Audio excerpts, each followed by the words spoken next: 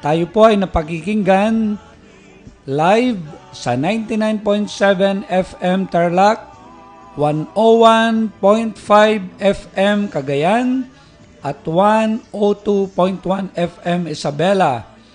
Tayo rin po ay napapanood sa pamamagitan ng live streaming ngayong araw na ito sa www.diocesesofsanjose.com at sa Facebook account ng ating programang ito.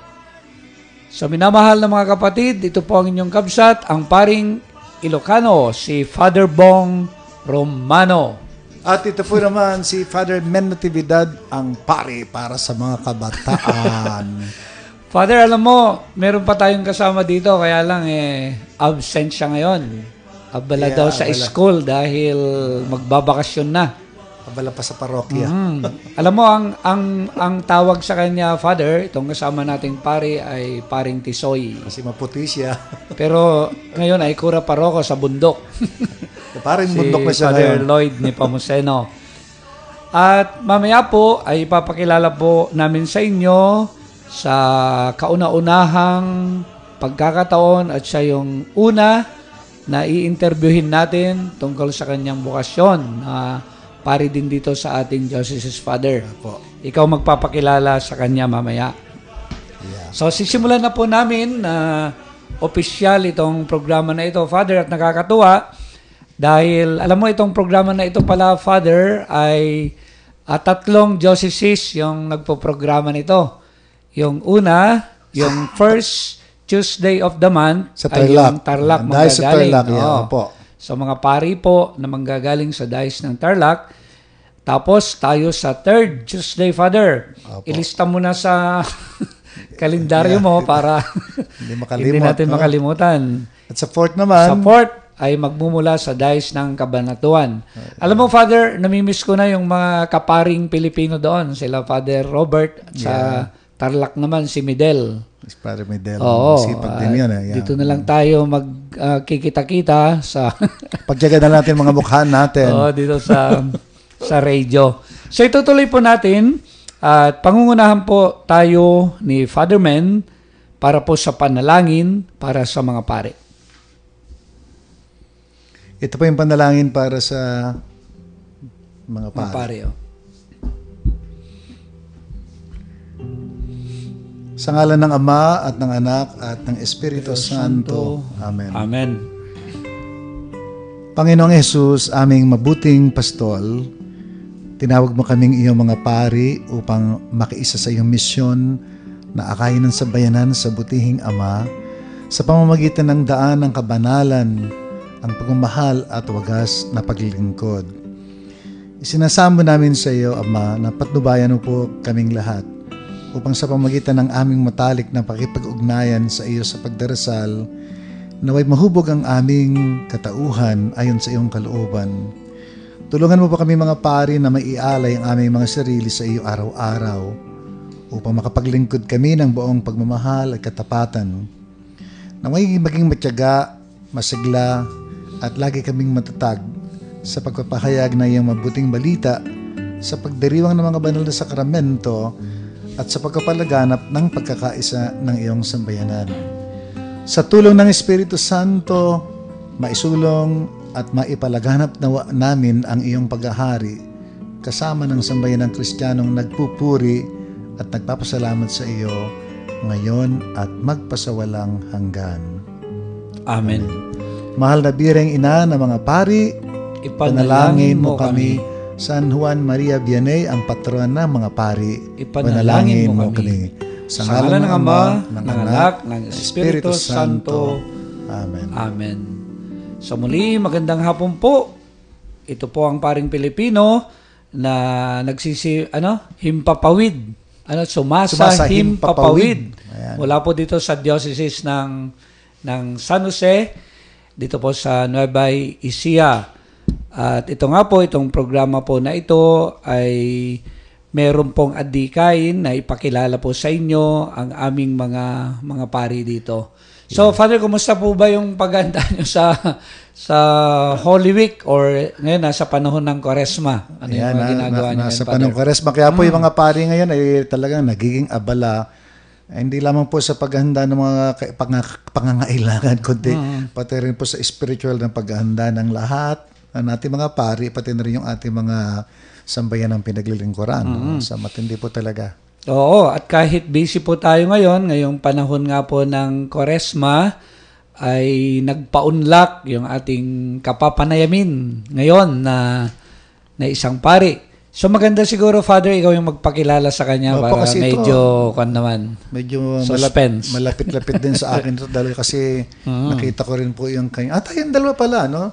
Nung siya ay high school ay ikaw ay yung talagang parang pinaka-mentor niya kasi ikaw yung kanyang vocation director. Then ako tapos ikaw din naging vocation director niya. Kasi nasa kolehiyo na, no? Kaya excited tayo na makasama. Ayan, parang anak-anakan ko rin ito. Kasi alas mag-isang edad lang kami. Tama ka dyan, Father. Sa mga kapanalig, tayo pa yung nagagalak na ipakilala sa hapon na ito. Walang diliin ba kundi yung ating pong isang bagong pari, isang pari natin sa diocese na siya po ay kasalukay ngayon na Vice Chancellor, kaya napakalaki ng ating talagang pagkilala at saka paghanga sa kanya. Walang iba kundi si Reverendo Padre Michael Grospe. Hey. Welcome, Father. Magandang hapon po, Father Bong at Father Men. Tama po sila. Dumaan po ako sa kanilang mga kamay na aking mga vocation na director. Kaya po siguro naging pari po ako. Yay! So, yun nga, Father Mako, naririto tayo ngayon. At napaganda, alam mo itong programa na ito, Father, ay nagsimula nung taon ng mga pari. So, yung mga taon ng mga pari, anong year ba yun? Natatandaan ninyo?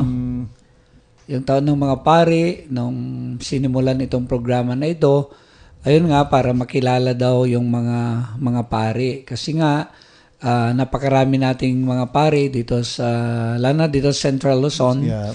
So, gusto rin nilang makilala. At yung nakakatuwa, gustong marinig ng mga kabataan yung kwento ng bukasyon. Kaya nung pagkatapos ng taon ng mga pari, maraming nagpari. At itong programa na ito ay hindi pinahinto. Sabing ganon, kung pwede ay ituloy-tuloy lang. Bawat taon ng mga pari. Oo, kaya ewan ko kung ilang season na ito, palagi namin binabanggit nun. Pero yung time nito, yung oras nito ay 1:00 hanggang 2:00 ng hapon. Yung panahon ba na nagsisiesta yung mga pare. Pero sabing gano'n ni Father Robert, no, natatandaan ko, huwag kayong mag-alala kasi number 1 tong programang ito sa SC-Text. May additional na ngayon. SC-Text at saka T-Plex na. T-Plex na ngayon. Mahaba na yun. Yeah. Pag nangyari ng galaon yun na yun. Alam mo, Father, yung gustong-gusto daw ng mga tao itong programa na ito, yung marinig lang nila na nagtatawanan yung mga pare, nagkukwentuhan, yung mga ganun. Kasi puro na nagsisermon lagi eh. Si Pater, walang ginawa kundi mag-sermon. Kaya, Father Robert, kung nakikinig ka man ngayon, tatalbogan ka ni Father Men sa katatawa ngayon. So, Father, ituloy mo yung panayam mo kay Father Mako. Yeah. Pero, siyempre bago yon, ito din programa na ito ay marami rin talaga nagpari dahil sa pakikinig nila. Sila'y na-inspire, no? Dahil sa magagandang mga pagbabahagi ng mga naging guest dito sa palatuntunan na ito. Kaya, we're very proud na dito si Padre Mako at makakasama natin, no? Father, may isisingit lang ako, di ba? Ito ay Paring Pilipino, programa ng Paring Pilipino sa taon ng mga laiko. Oo nga, tama-tama, no? Ayan. So, maganda pala ngayon, taon ng ebanghelisasyon din, bagong ebanghelisasyon. So, ano yung tanong mo kay Father na kanina, Father? So, ito na. Yung isa sa yung nalaman ko sa kanya na yung tanong ko ay, alam ko sa high school, nag-start na sa seminaryo.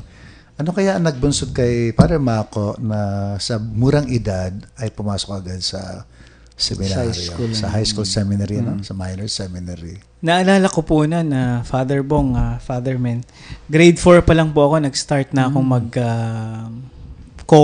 Knights of the altar. Para sa Kristan. Sa Kristan po nun. Sa Quezon, Father? Sa Quezon po. Ako po itubong Quezon Nueva Ecija.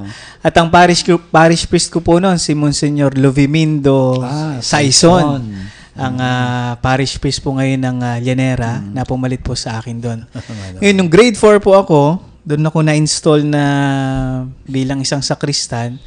Tapos, ang nilagay ko na doon kung ano bang gusto mo pagdating ng panahon, I want to become priest. Diba? Parang yun ang profession and time na yun. Tapos, doon po nag-start. Sumasama ako sa barangay kay Monse Saison. Kasama ako sa barangay pag nagmimisa. Tapos, na-inspired na po. Ngayon, doon na nag-start yung bokasyon ko. Pagka panahon ng Mayflower, nag-offer ng flowers kay Mama Mary. Yung lola ko na talagang miyembro sa simbahan, palagi kong sinasama yun tuwing hapon kapag nagsisimba po, Father Bong. Kumbaga, may simula talaga na ikaw yung lumapit sa simbahan. Sa pamamagitan ng mga magulang, sa pamamagitan ng lola, inilapit ka doon sa simbahan. Kumbaga, iminulat po ako doon sa mga panahon na yun. Talagang tunay pa lang ang pamilya ay parang seedbed ng bukasyon, no? Parang punlaan ng mga magpapari. Pero Father, alam ko, napakahirap ng yung bata pa papasok na seminaryo. Marami rin akong kakilala na pagkatapos nila ng high school ay hindi na sila tumutuloy, no? Ano yung nagpatatag sa iyo para ipagpatuloy ang iyong pagpapari kahit na parang hindi mo masyado naranasan yung buhay ng pangkaraniwang kabataan? Sa totoo lang po talaga, hindi ko alam kung ano yung seminaryo nung time na pumasok ako. 1990 po yun, after ng grade 6 sa law school ng Quezon. Alam niyo ba law school? Mababang paaralan. Kita yung nung una pa lang, nasa law school na tayo, Mother Man. Sabihin, sa mababang paaralan. Pinagmamalaki ko naman yung public school na pinanggalingan ko. After grade 6, pumasok na po ako sa loob ng seminaryo. Pero hindi ko alam kung ano yung seminaryo, hindi ko alam kung ano yung pagpapare, kung ano mangyayari doon. Pumasok lang po ako kasi yung mga pinsan ko na mas ahead sa akin, ay nandoon po sila. So parang nainganyo lang po ako. So parang pumasok ako ng walang alam-alam. Walang kamuang-muang. Parang ganun po. So yun, 1990, at the age of 12, doon na po ako sa loob ng seminaryo nag-start. When you were first year ka na. Doon po ako nag-first year sa Maria Assumpta Seminary. Sa Cabanatuan. At nung time po noon sa Cabanatuan, yung Maria Assumpta Seminary lang at saka doctors lang po.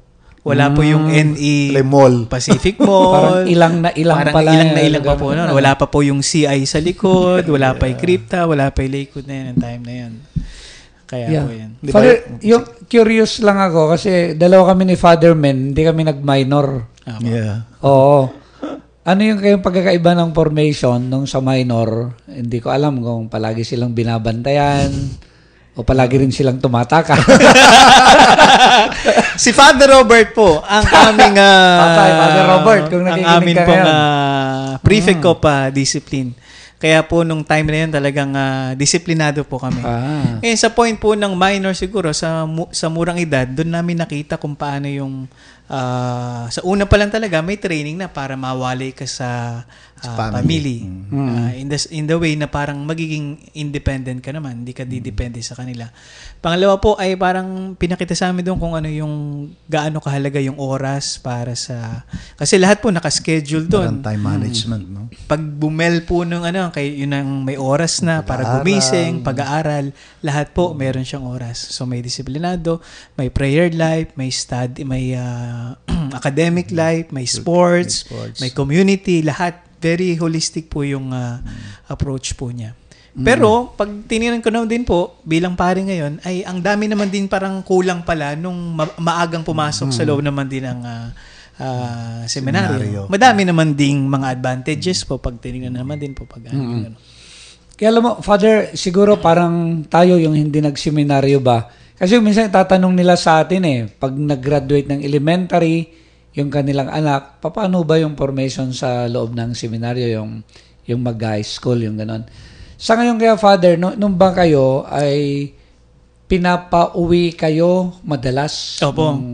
Bata kayo? Time po namin, sa unang 2 buwan, parang weekly po kaming Kakauwi. nakakauwi. Kakauwi. Weekly po kami umuwi. Pagkatapos ng 2 buwan, magiging twice a month. Tapos pagkatapos ng ilang buwan, once a month na lang po. Pinapakita naman doon na may connection ka pa din sa pamilya mo. Hindi pwedeng mawala. Pero talaga. hindi pwede talaga mawala. Pero unti-unti ay napo-form ka talaga na parang maging independent at patuloy na tingnan na pagbibigay ng sarili doon sa ginagawang formation po. Alam mo, Father, meron nga isang bata nagtanong sa akin, Father, pag pumasok ako ng high school doon, tapos pag umuwi ba ako, pwede ba akong magdala ng pagkain doon para ilagay ko sa cabinet ko? Yung mga tanong nila, Father Brown. Opo. May ganun. time po noon na talagang may visiting day po at saka visiting hours. Dadalang kami ng pagkain ng mga magulang namin. Pero, pagdating namin sa dorm, kung minsan may dala talaga kami na cream o yung mga fita o kung ano yung mga crackers na pwede po namin kainin. Ayan, oo. Masaya na po yun pag may pagkain na gano'n. Natago nyo, sinishare nyo sa iba. Minsan isa-share po namin sa iba, pero dapat i-share. Pero pag nahuli, kukunin po nila, Father Robert.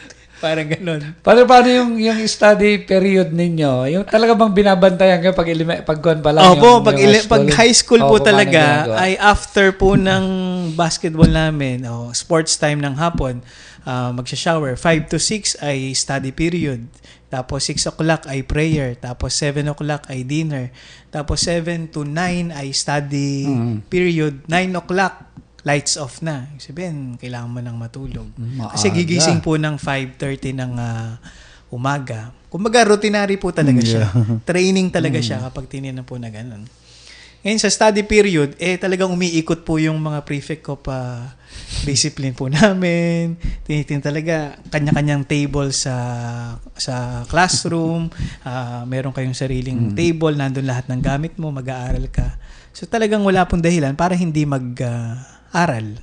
Kasi may oras para mag-aaral, may oras para magdasal, may oras para sa community, at may oras din po, naglilinis talaga kami ng buong seminaryo, umiikot ka, naka-assign ka sa CR, naka-assign ka sa facade, naka-assign ka sa garden, kahit saan po umiikot. Sa seminaryo po, di ba, sa minor ay talagang puro seminarista lang kayo doon. Exclusively for boys talaga. Yeah. Pero may mga parents na nagpapadala ng anak nila doon, wala naman talagang bokasyon. Gusto lang talaga nilang ma-discipline. Totoo yan, ano? Totoo po yan. Nangyayari talaga. Tsaka para ma-develop yung, maganda kasi sa inyo yung study habit. Sa study habit, Hindi, tsaka pag nag-isip po talaga yung magulang dahil gusto na talagang the best yung para sa kanilang anak. Pero in a way din po, namumulat naman din doon sa iba pa din yung nahuhulma yung pagkatao talaga ng isang bata habang nasa murang edad pa lang din po siya. In terms of spirituality, yung kabanalan, no? Everyday po may misa talaga kami. Tapos everyday nagdadasal ng Christian prayer. Morning praise at saka evening praise. Pero kaya sa panahon ngayon, kasi matagal ka naman din nag-graduate na doon, yung pa kaya relevant pa kasi maraming bata ngayon, di ba na ang panahon ngayon, kasi technology na ngayon, sa social networking. Kakayanin pa kaya ng mga bata na wala yung mga ganong gadgets buhay nila inside the seminary? Sa tingin ko po, kung kaya naman, depende din talaga sa panahon natin ngayon. Kung talagang, ang tanong lang naman, mabubuhay ka ba kung walang cellphone? Mabubuhay ka ba kung walang gadget? Mabubuhay ka ba kung wala kang PlayStation? Pero ang tanong, pagka wala naman yun, mapag-iiwan na naman sila ng ano. Kasi nga, parang nag-ano-ano sila ngayon. Parang tipong inggitan na lang nangyayari kasi meron din silang ganito. Father, nung high school ka ba, uso na ba yun? Meron na bang text nun? Wala pa sa wala pa? Wala problema. Wala po. Walang problema pala nun, ano? Opo. Father, gusto lang tanungin, di ba, nung nasa labas ka, ano yung pagtingin mo nun sa yung pare, especially yung pare, tapos nung pumasok ka sa loob, alam ba yung relationship mo nun doon sa Cura Paroko? Tapos yung nasa loob ka, may nag-iba ba na yung pare pala? Parang idealism. O yung mga ganon. Nung nasa labas po ako, nung COA ako sa Kristan, parang ang bait-bait ng pare kasi papakainin ka palagi, busog ka palagi. Yung Father Robert, nakinig ka, Father Robert. Parang ganun. Pero nung pagdating po sa seminaryo, Ang parang... higpit pala. Ang mahigpit pala ng pare. Kasi lahat titingnan, i-evaluate ka. Papagalitan ka In terms of academics, titingnan yung performance mo. In terms of attitude, kung paano ka makitungo. In terms of sports, kung nag-excel ka. Lahat, kumbaga pag titingnan ka na ganyan. Kumbaga parang ang dating nga po nun ay ang pare, parang pulis. Kapag nasa loob ng seminaryo. Kasi nga po, dun, nung naging pare na lang ako, doon ka na lang naman na, kaya pala ganoon. Na nung time na nasa seminary po ako nung high school, hindi naman po namin maiisip yun sa murang edad namin na gano'n. Pero unti-unti pala, yun yung hinuhulman na po kami kung paano talaga maging isang pare pagdating na nga pala. Eventually, nagbabago naman din po talaga siya. Si Father Robert, ang mabait, napakabait ni Father Robert. So si Father Robert po, ang paring Pilipino sa Diocese ng Cabanatuan, ang tinutukoy ni Father Mako. Halos lahat po kami, dumaan po kay Father Robert. Mentor nga daw siya, tormentor. Bumawi tayo ngayon kay Father Robert. Kaya wala siya ngayon dito. Tapos saludo po kami kay Father Robert. Ayan, Naging mabait pala siya. So maganda pala, hiwala yung paring Pilipino. Para si Father Robert, nakukumusta natin. Father, after finishing in high school, nahirapan ba kayo mag-decide na tutuloy o stop? Sa batch po namin, after high school, hindi po ako nahirapan kung tutuloy ako o hindi.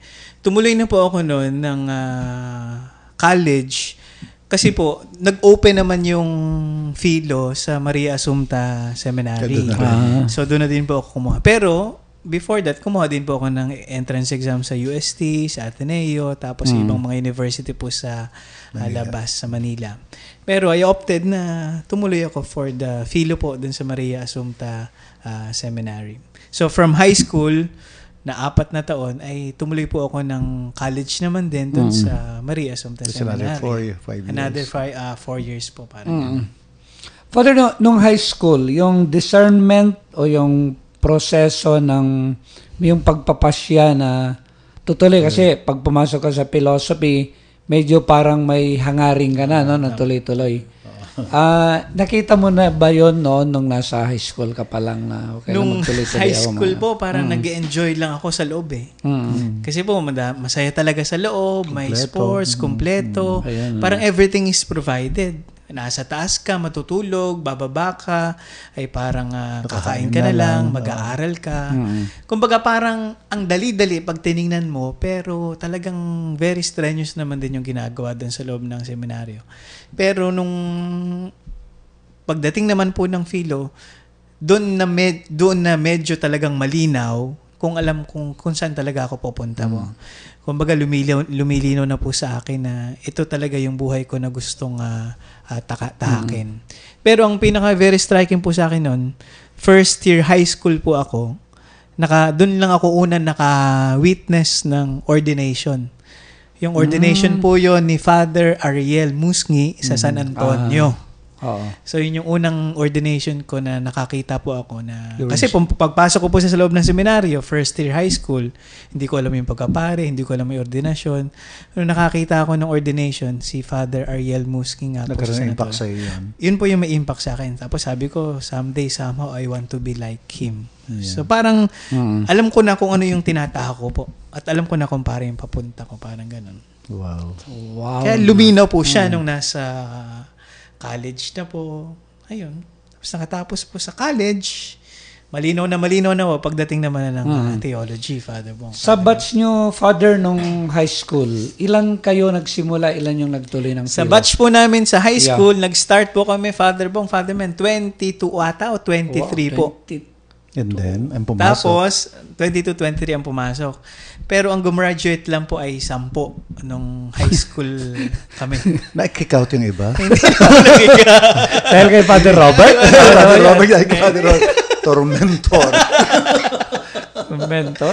Doon po sa 10 na yun, mga decision po nila yon na lumabas na sila o lilipat sila ng ibang school. Yung iba naman po, may mga disciplinary talaga na dapat na rin talaga na mangyari para makita po yung dahilan. At 4 po dun sa 10 gumraduate po na yun ng minor, very proud naman po kami sa batch namin dahil 4 po ang naging pari doon sa minor na batch na yun. So from 20, 10 ang gumraduate. So 10. Tapos from the 10 ng minor, 4 po naging pare. Ako po, si Father Getty Ferrer, si Father Jeffrey Alarilia, at saka si Father Josix Tolentino. Tatlong taga-diocese. Tatlong diocese ng pagpapala. No? Pero, ang very striking pa din po sa akin doon sa batch namin ng minor, 4 po kami naging pare. Pero 4 din po sa klase namin yung namatay na. Nung time na yon si Ryan Tan. Hindi naging pare. Hindi pa naging pare. Si Ryan Tan, si Viceroy Tan, Noriel Padilla, tapos si Ruel Raflores. Si Ruel Raflores nga, pamangkin pa ni Bishop Balse. Yung dalawa po sa aneurysm, si Viceroy ay sa aksidente po siya. Kumbaga parang pag tininan mo ay 4 yung naging bunga ng klase po namin na naging pare.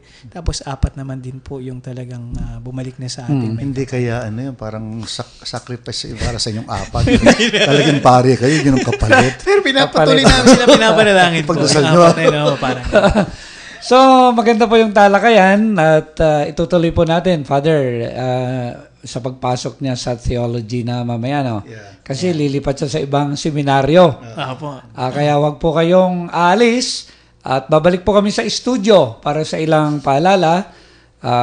Babalik po ang Paring Pilipino. Alright.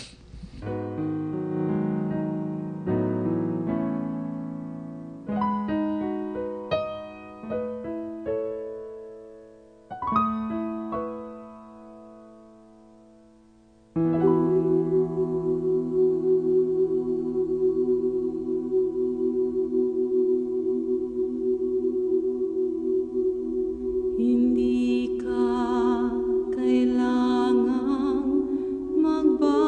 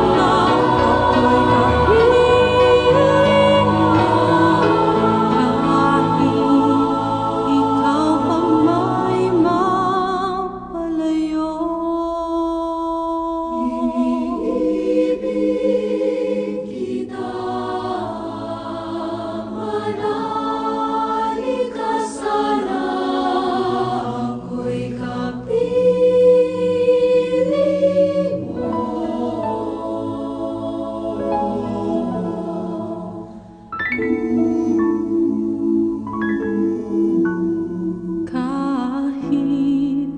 ikaw pa may mapalayo,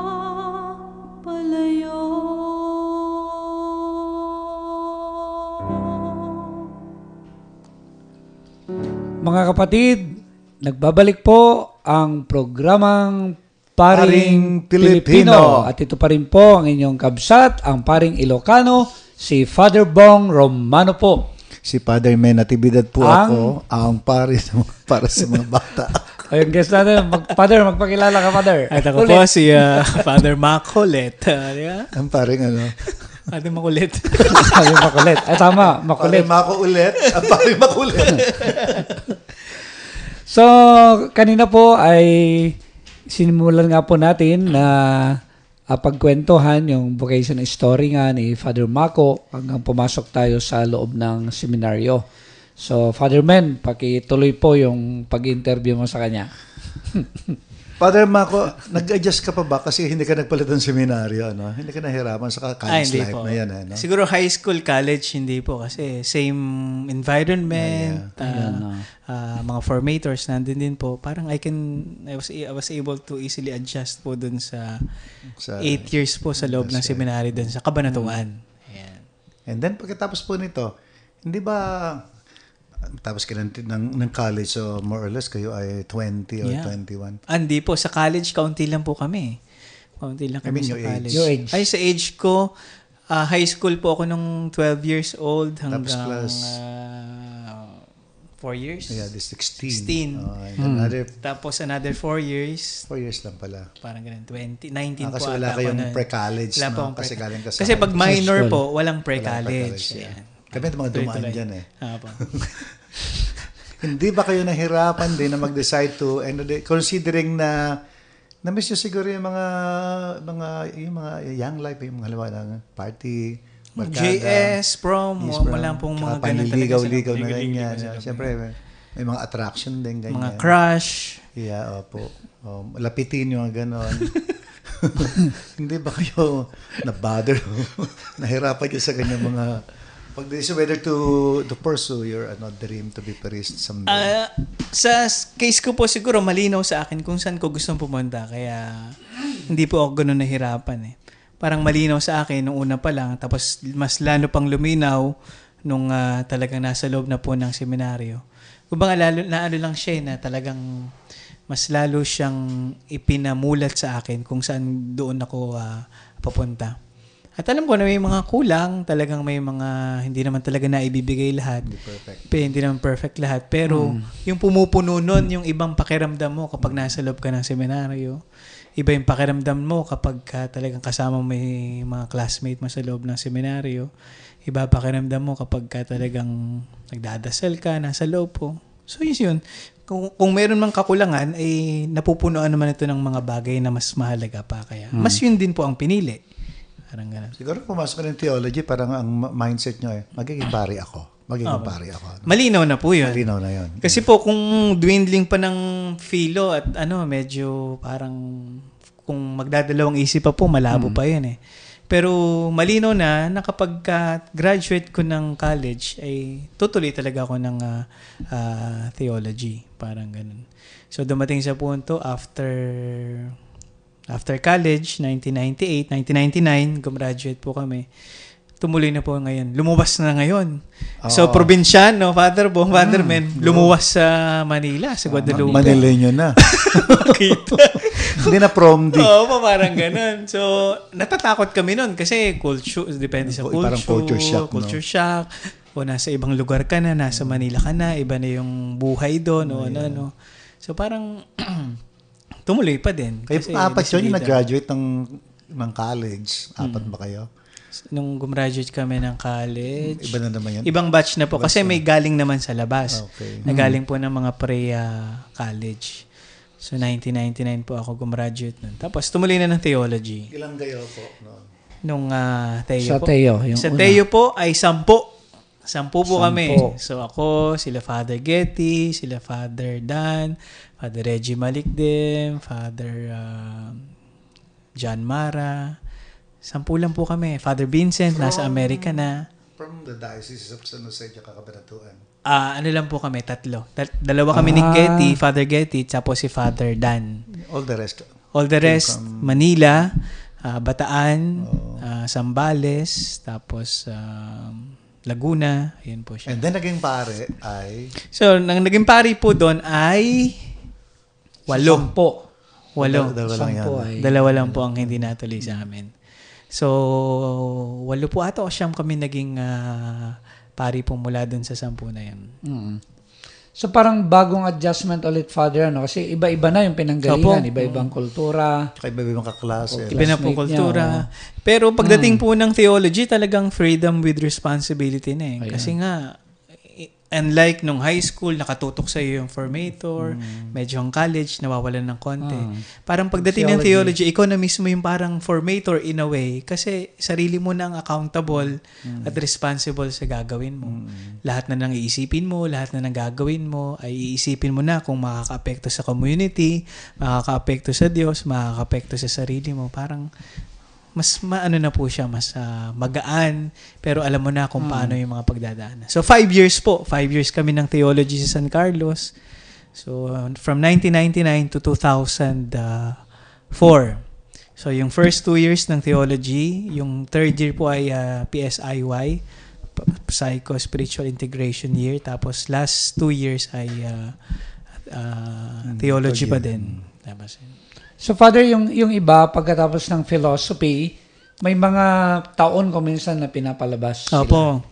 Ikaw ay nagdire-diretso ka? Nagdire-diretso na po kami noon.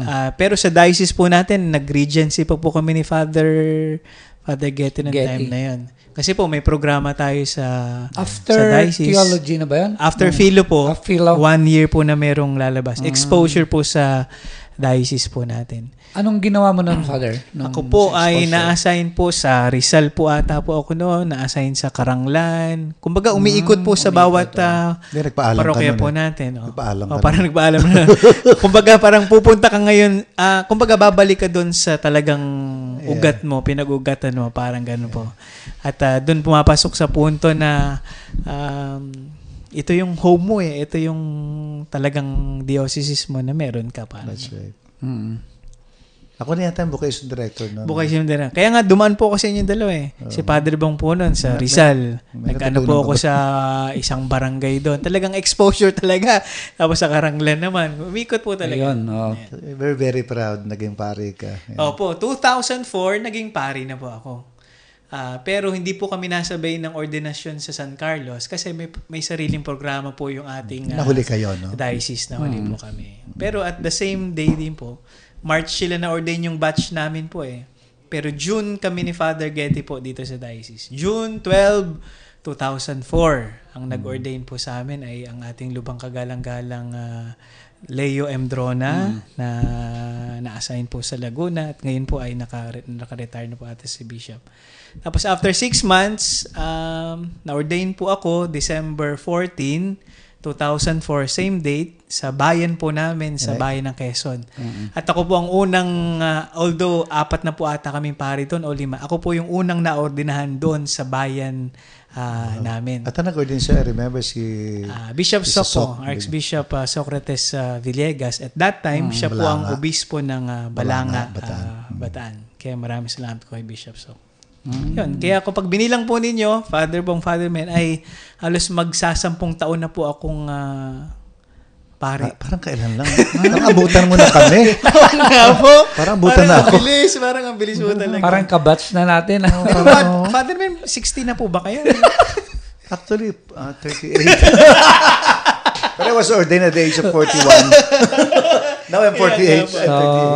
Opo. So kung nakikinig man po kayo, wala pong nagsisinungaling na pare. Ganyan si Father Men. Pawang katotohanan lamang po. Alam niyo, yung kilala si Father Maco, yung kilala ko siya na mahilig sa mga laro. Magaling yan, basketball. Magaling sa lahat yan eh. Yeah. Magaling maliit sa yan eh, no? badminton, napakabilis niyan. Pero ako sa pinakamagaling yan, sa pagdadrive ng kotse.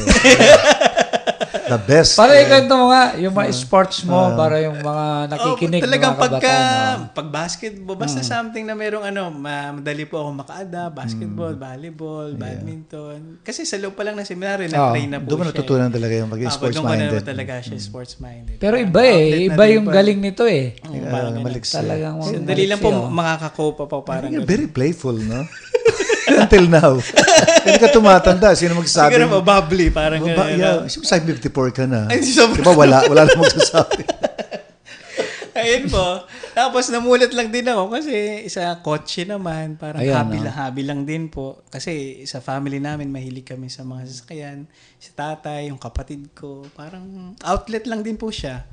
Parang kuminsan talagang naglalaro po talaga ng... kuminsan sumasali po sa slalom. Kuminsan yung ikot-ikot lang ng...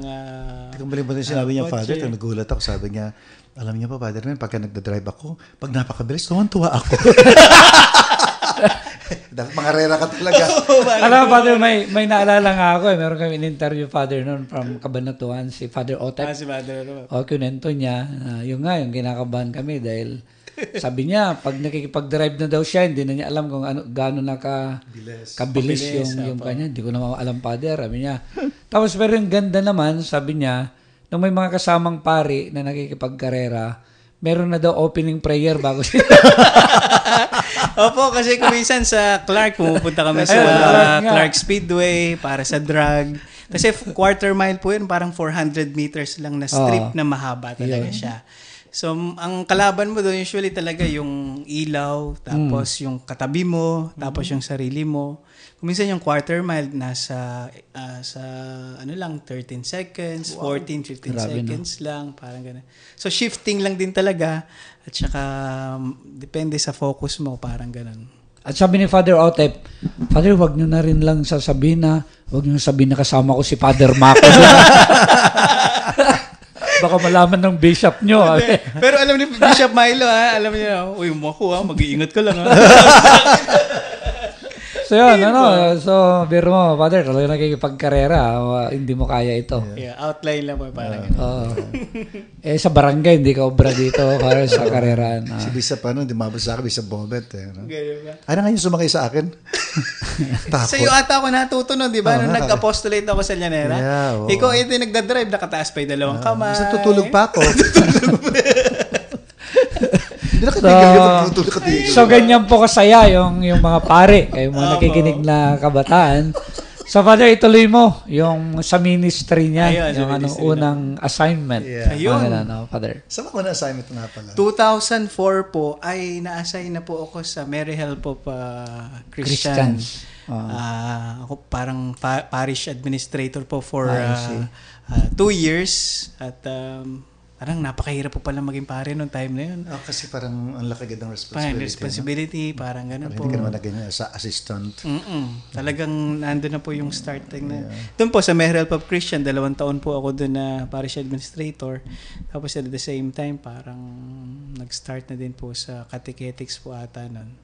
Tapos after nun, sa as Vice Chancellor. Tapos sa Llanera po ng 7 mahabang taon. Mahabang taon. Parish priest na. Parish priest na po ng Father Bong. Tapos sa catechetics po sa diocesan.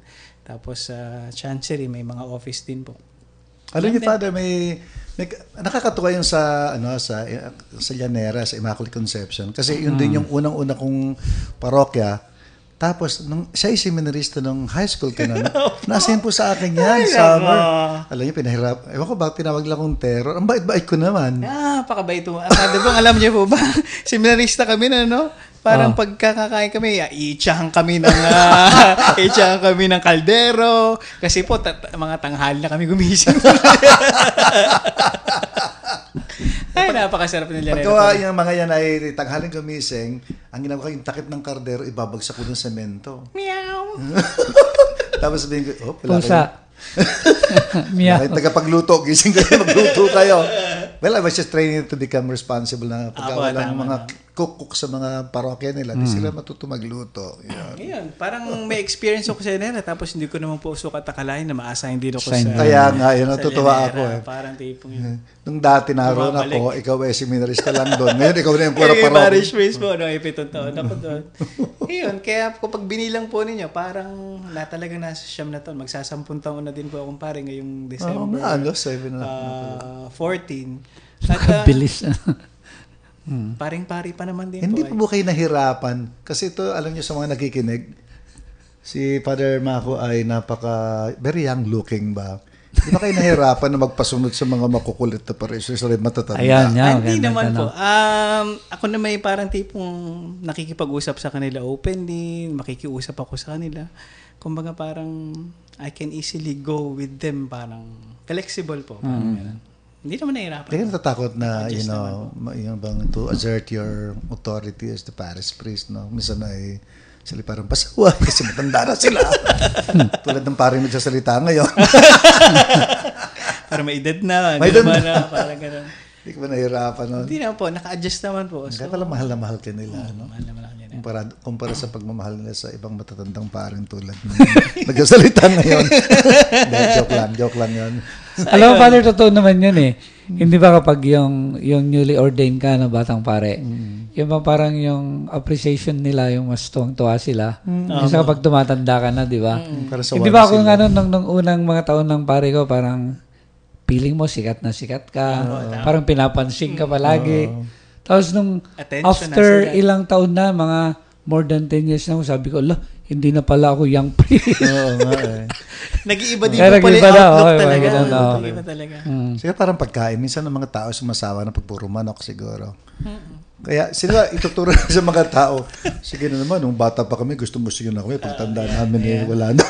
Sa mga kapatid, dyan po ang sentimiento ng tumatandang pare. Si Father Men, ang paring Pilipino. So, sumesenyas na naman po at babalik tayo sa studio para sa ilang paalala. Magbe-break muna po tayo. Huwag po kayong alis. Magbabalik ang Paring Pilipino.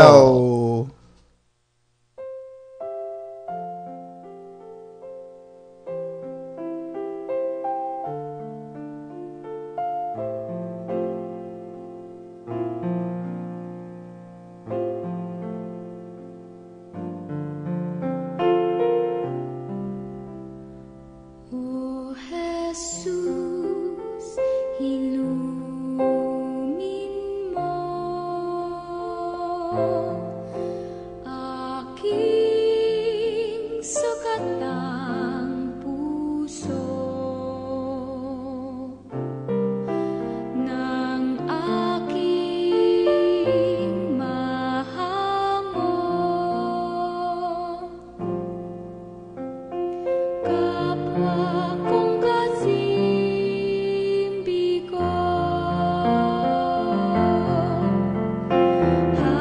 hapis at pait, iyong patamisin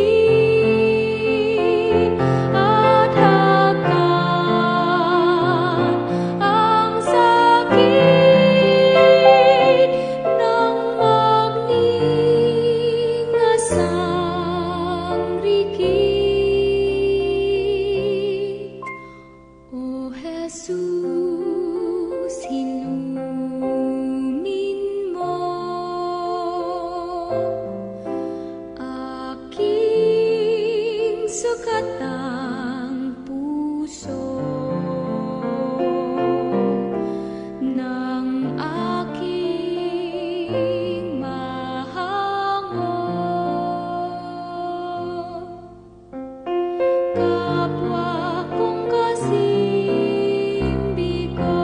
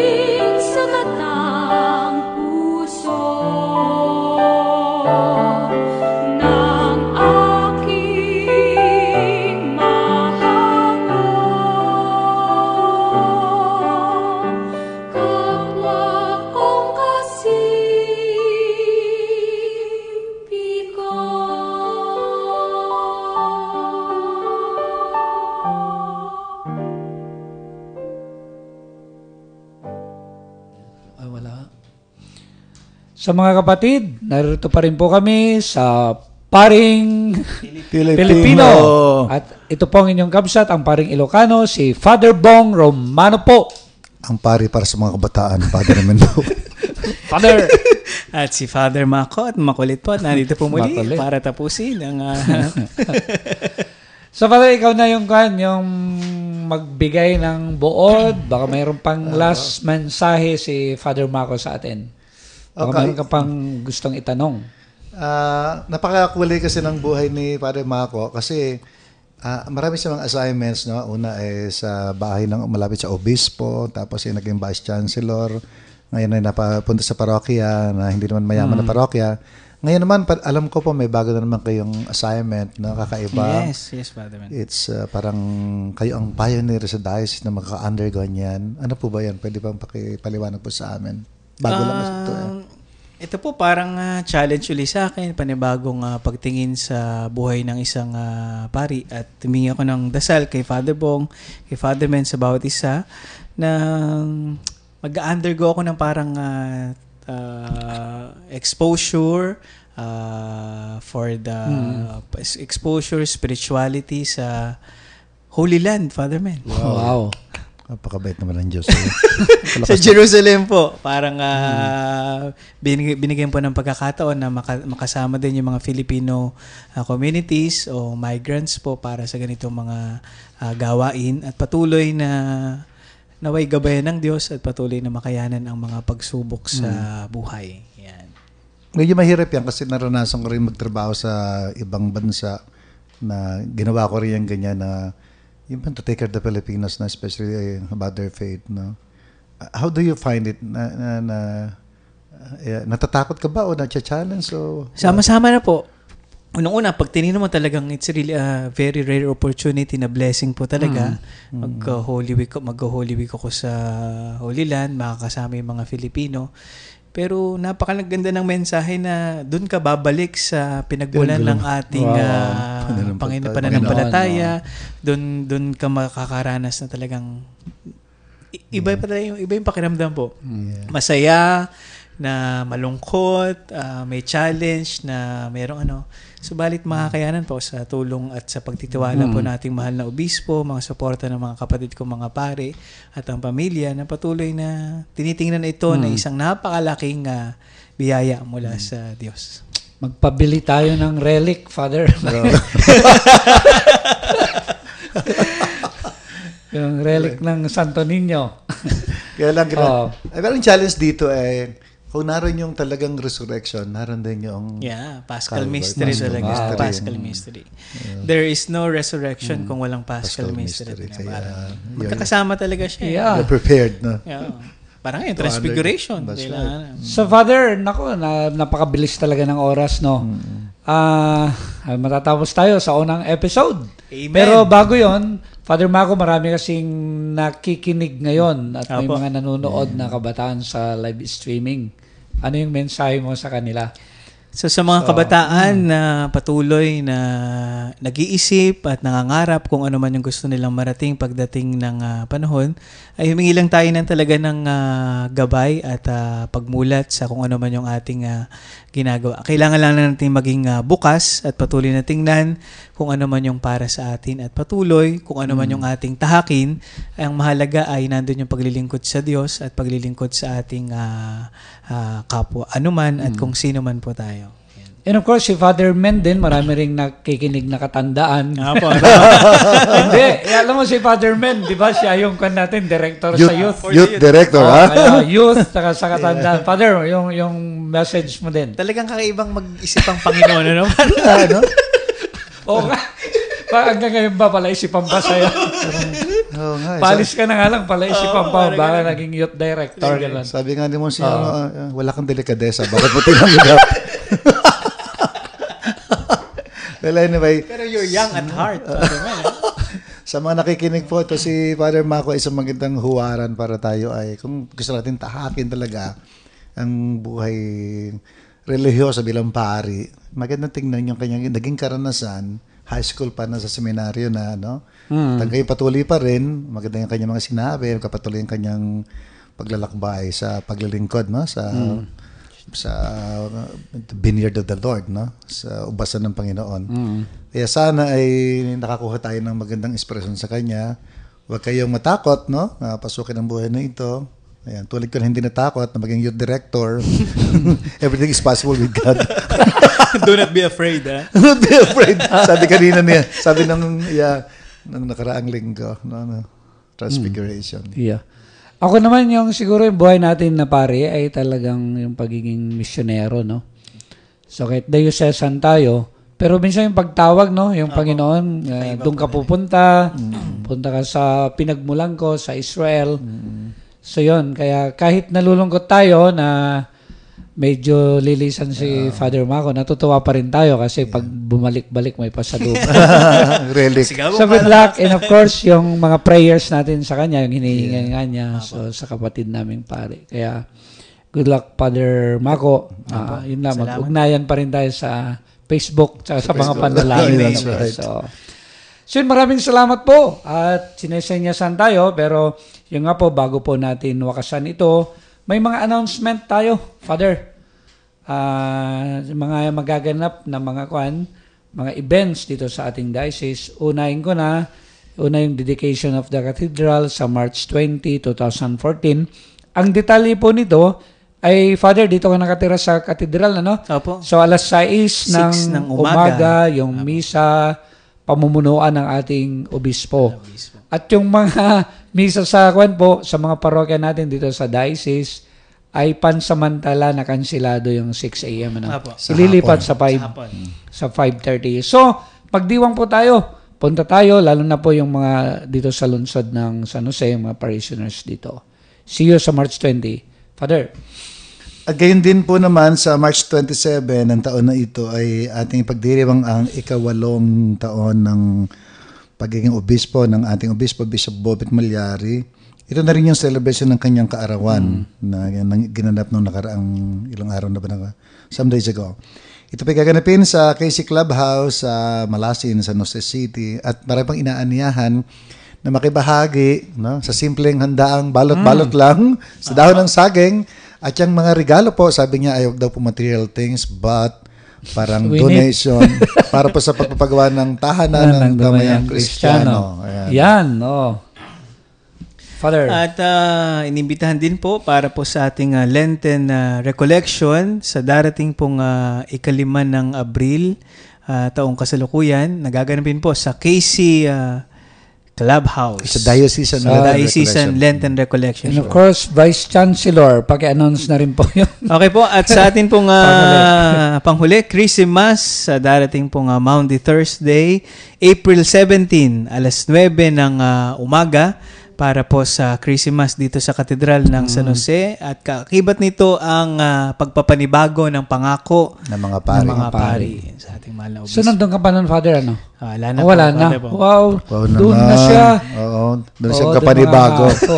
Sarap ni Christ. So maraming salamat po. At ito nga po, natutuwa kami, nakabalik kami sa programang Paring Pilipino. Yeah. At ito, sana patuloy po kami na inyong suportahan.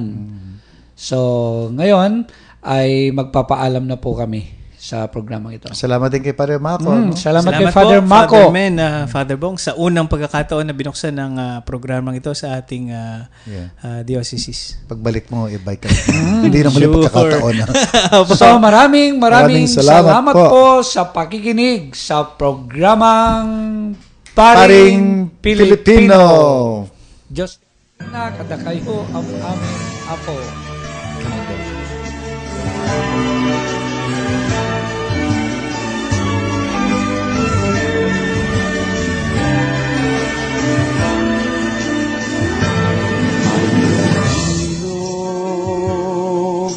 Tinawag ng Diyos mula sa bayan,